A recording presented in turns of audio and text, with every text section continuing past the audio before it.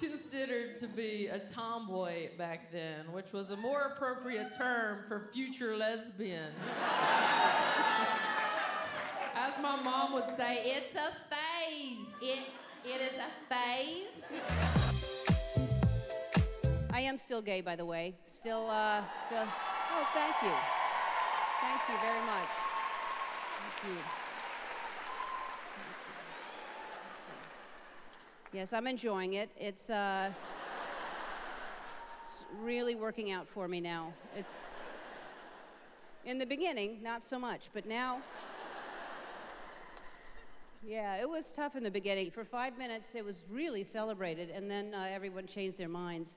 But I really, for a few minutes there, it really seemed like it was going well, and I thought everyone in Hollywood that's closeted is going to come out after me. I pictured like a stampede of wild elephants, like every closeted actor and actress in Hollywood.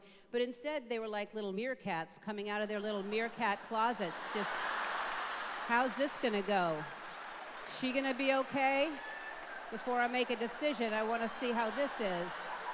Nope, not going well. I'm going down, back in, stay there for a little while. So after this huge self-discovery, I had to catch everyone else up in my life. And it's a nerve-wracking conversation. So I decided to start with my brothers. So I go home and I'm so nervous. I'm like, guys, I gotta tell you something. Okay.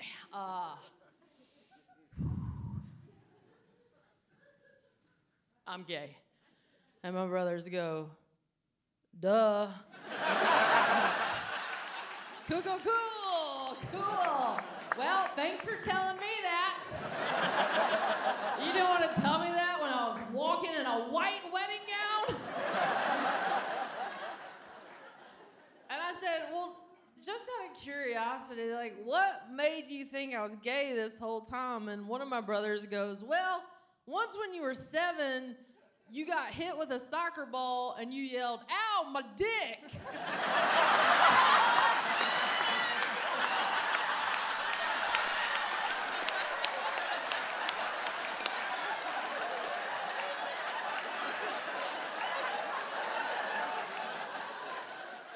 All right. Clearly, I was very confused.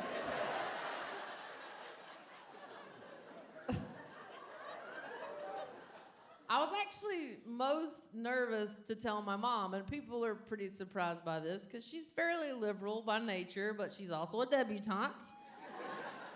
And at this point, she was dating a different, very conservative, very religious man. She clearly developed a type. So I decided I was gonna take her to my favorite Chinese restaurant to break the news, because I thought, well, even if she disowns me, I can at least eat some crab rangoons. And that'll make me happy. So we're sitting there, and I finally get the courage to tell her. I say, Mom, I'm gay. And she just goes stone-faced, and she's quiet. She doesn't say a word, and this goes on forever. So I'm trying to stay in the moment and not break eye contact. So I don't know what she's thinking. I'm like, is this the end of our relationship? Does she hate me? And I'm just sitting there, and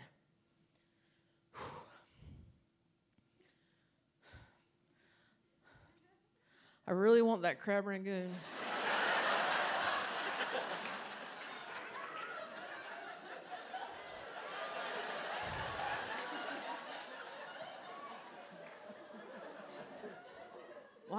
Why'd they put it all the way over there?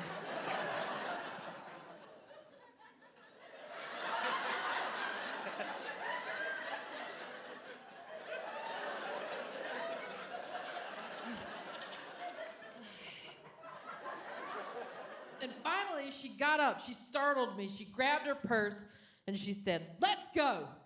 We're going to Hooters, and we're going to tell them it's your birthday.